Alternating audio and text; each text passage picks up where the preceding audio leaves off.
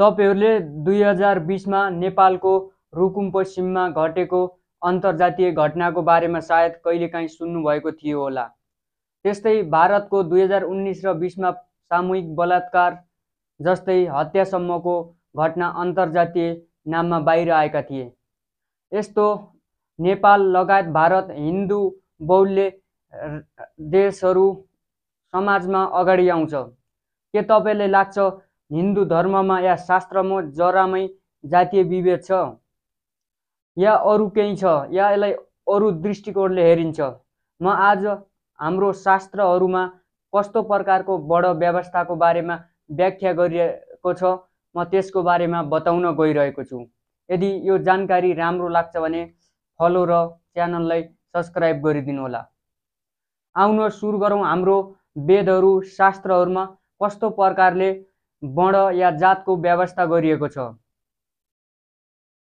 हाम्रो शास्त्रहरूमा 4 प्रकारको वर्णको बारेमा जातको बारेमा व्याख्या विश्लेषण गरिएको छ। त्यो मध्ये हो ब्राह्मण। ब्राह्मणको मतलब हुन्छ जसले भूगोल खगोल वेद पुराणहरू लगायत शिक्षा सेक्टरमा काम गर्छ त्यो व्यक्तिलाई ब्राह्मण भनिन्छ। या जन्मबाट जुनसुकै पहिचान जुनसुकै कास्ट भए पनि यदि त्यसले कर्म ब्राह्मण शुद्ध स्वच्छ र ज्ञान सम्बन्धी शिक्षा सम्बन्धी काम गर्छ भने त्यसलाई शास्त्रमा ब्राह्मण भन्छ।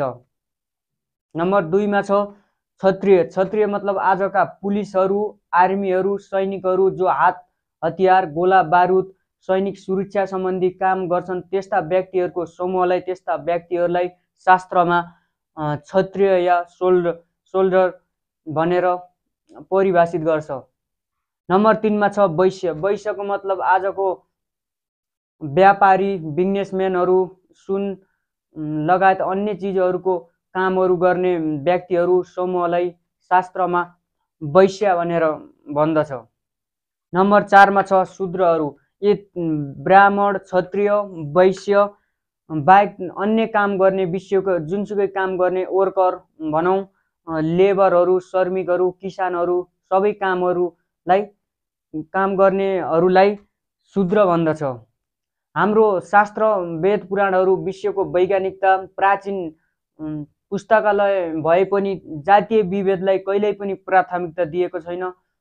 अज्ञानीहरूले कहीँ गलत व्यक्तिहरूले यसलाई शास्त्रको समर्थन ल्याएर जातीय विभेद गरिरहेका हुन्छन्।